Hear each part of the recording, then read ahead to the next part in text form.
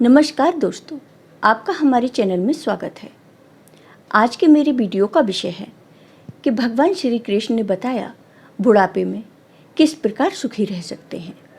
भगवान श्री कृष्ण एक कथा के माध्यम से इस संसार के सभी लोगों से कहते हैं कि बुढ़ापे में सुखी रहना है तो ये 2 काम आज ही छोड़ दें और ये 3 चीज़ें अपना लें। भगवान श्री कृष्ण कथा को सुनाते हुए कहते हैं, एक गांव में एक बुजुर्ग पति पत्नी रहते थे। दोनों पति पत्नी में पत्नी शांत स्वभाव की महिला थी और पति चिड़चिड़ापन स्वभाव का आदमी था। वह बुजुर्ग बात बात पर गुस्सा हो जाता था। उसकी पत्नी उसे समझाती थी कि इस उम्र में इतना गुस्सा सही नहीं है, परंतु वह नहीं समझता था। उसकी पत्नी खाना बनाती थी तो कभी दाल में या रोटी में नमक ज़्यादा हो जाता था तो वह थाली को उठाकर फेंक देता था। उस बुजुर्ग के इस हरकत से पूरा घर परेशान था। पूरे घर में कलेश और रोज रोज इसी बात का झगड़ा होता था। घर के सभी लोग कबीरपंथी थे, कबीरदास जी के भक्त और उनके सत्संगी थे। रोज कबीरदास जी के सत्संग में जाते थे। फिर एक दिन उनकी पड़ोसी औरत ने उस बुजुर्ग औरत से कहा कि इनको भी सत्संग में लेकर जाना हो सकता है कि कबीरदास जी के सत्संग इनका आचरण बदल दें। फिर उस बुजुर्ग औरत ने बोला, बात तो सही है। फिर उसने अपने घर वालों को यह बात बताई और बोली, इनको भी कबीरदास जी के सत्संग में ले चलें और कबीरदास जी को सभी बात बताएं, शायद अच्छा हो जाए। रोज रोज के झगड़े से किसी तरह तो मुक्ति मिले, किसी तरह तो घर में कलेश मिट जाए और शांति आ जाए। फिर एक दिन घर वाले किसी तरह उस बुजुर्ग को कबीरदास जी के पास ले गए। संत तो बिना बताए सब समझ लेते हैं। जब वे कबीरदास जी के पास गए तो वो समझ गए कि यह लोग मेरे पास क्यों आए हैं। कबीरदास जी देखते ही समझ गए कि इनके घर में क्लेश है, इसलिए घर में सुख शांति की खोज में ये मेरे पास आए हैं। और उन्होंने यह भी समझ लिया कि घर में क्लेश का कारण क्या है। जब वह दुखी परिवार वहाँ पर गया तो दोपहर का समय था। सभी ने जाकर के कबीरदास जी को प्रणाम किया और उनके पास बैठ गए। उस समय कबीरदास जी अपनी झोपड़ी में कुछ लिखवा रहे थे। अचानक कबीरदास जी माता लोई से बोले कि नोई, दिया जलाकर लाओ, मुझे कुछ खोजना है। कबीरदास जी ने जब दिया मांगा तो वह बुजुर्ग आश्चर्य में पड़ गया कि दोपहर का वक्त है, धूप बहुत तेज है, ऐसे में दिया मांगने का क्या मतलब है। वह बुजुर्ग सोच रहा था कि यह महात्मा है या फिर पागल है। भला सूरज की तेज रोशनी है और यह दिया मंगा रहे हैं, यह तो अजीब संत हैं। वह बुजुर्ग मन ही मन सोच रहा था। तब तक माता जलता हुआ दिया लेकर आ गईं। उन्होंने चुपचाप दिया उनके पास रख दिया और अंदर चली गई। अब बुजुर्ग सोचता है कि उनकी पत्नी भी गजब है। ये तो यह भी नहीं बोली कि पागल हो, दिन है, दोपहर का वक्त है, धूप बहुत तेज हो रही है, फिर दिया क्यों मंगा रहे हो। मैं तो इनके दिमाग को समझ नहीं पा रहा हूँ।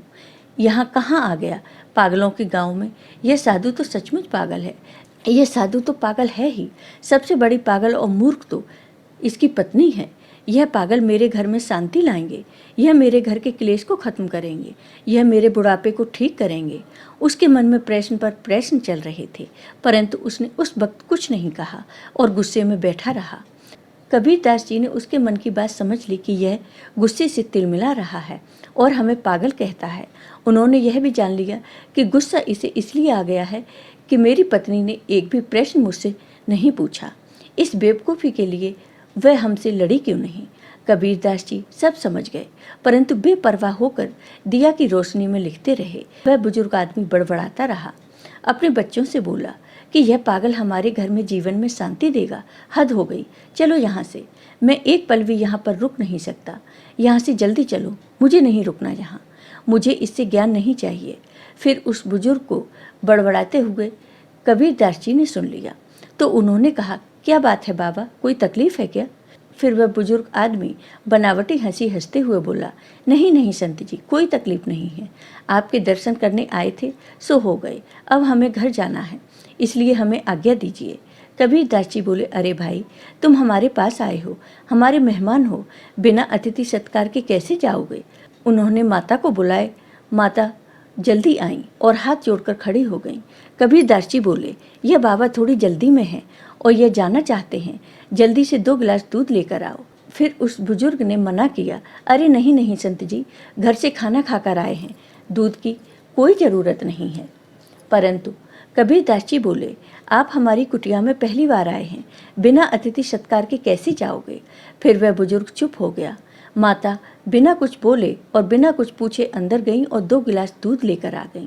कबीरदास जी ने 1 गिलास दूध उस बुजुर्ग आदमी को दिया और 1 गिलास स्वयं ले लिया। अब जैसे ही उस बुजुर्ग आदमी ने दूध को पिया तो दूध बहुत कड़वा था। उसको उल्टी आने लगी। दूध में नमक ही नमक था। उसका मन हुआ कि दूध को फेंक दूं इस साधु के सिर में, क्योंकि उसका रोज का काम था। कभी मिर्च ज़्यादा लगे तो फेंक दे थाली, कभी नमक ज़्यादा लगे तो फेंक दे थाली। अब उसने कबीरदास जी की तरफ गुस्से से देखा। कबीरदास जी तो बड़े आराम से दूध पी रहे थे। उनके चेहरे पर ऐसा कोई भाव नहीं था। उसका तन जल गया, पर बोला कुछ नहीं। मन ही मन बोला कि आज कहाँ यह घर वाले मुझे ले आए। यह संतो सचमुच ही पागल आदमी है, हद हो गई।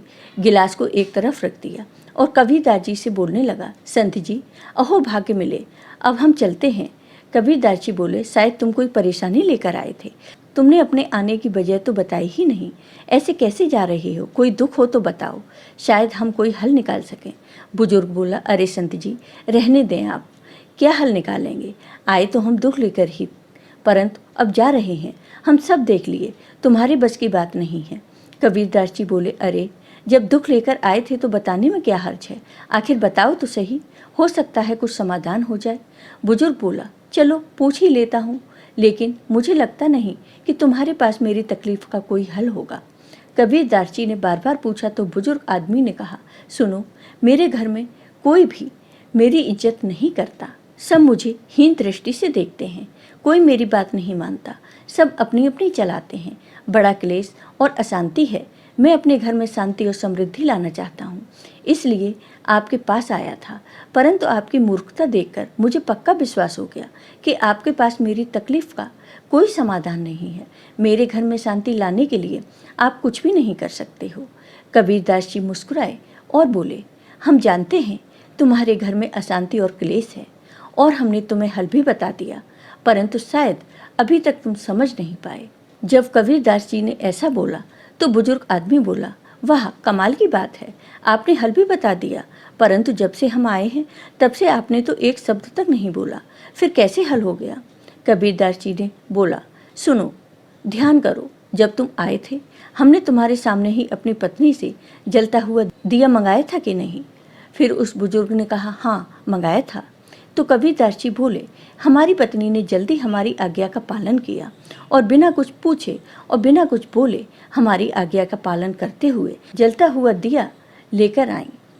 उन्होंने यह तक नहीं पूछा कि दोपहर है, ऐसे में दिया की क्या जरूरत है। उसने वही काम किया जो हमने उससे बोला। कोई प्रश्न तो नहीं किया। बुजुर्ग आदमी बोला, हाँ, इसी बात का तो मुझे समझ में नहीं आ रहा। कबीरदास जी ने आगे कहा, उसके बाद फिर हमने दूध मंगाया और मैं जानता हूँ कि हमारी पत्नी ने शक्कर की जगह दूध में बहुत सारा नमक डाल दिया था। दूध बहुत कड़वा था, इतना कड़वा कि तुम पी नहीं पाए, और तुमने देखा मैं इस कड़वे दूध को चुपचाप प्रेम से पी रहा था, क्योंकि जब हमारी पत्नी ने हमसे दिया के बारे में कुछ नहीं पूछा तो हमारा भी कोई अधिकार नहीं बनता, कोई सवाल जवाब नहीं किया तो हम भी कैसे कोई सवाल जवाब करते। दिया लाना और हमारी आज्ञा का पालन करना ही अपना धर्म समझा तो हम कैसे पूछते कि दूध कड़वा क्यों है। हमने भी अपना धर्म समझा और दूध पी लिया।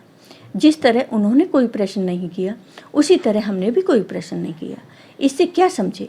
इससे यह सिद्ध होता है कि पति और पत्नी दोनों को समझदारी रखनी चाहिए, एक दूसरे की बात माननी चाहिए, एक दूसरे की बात का सम्मान रखना चाहिए, आपस में प्रेम और विश्वास से रहना चाहिए। मुझे पता है कि तुम ऐसा नहीं करते हो।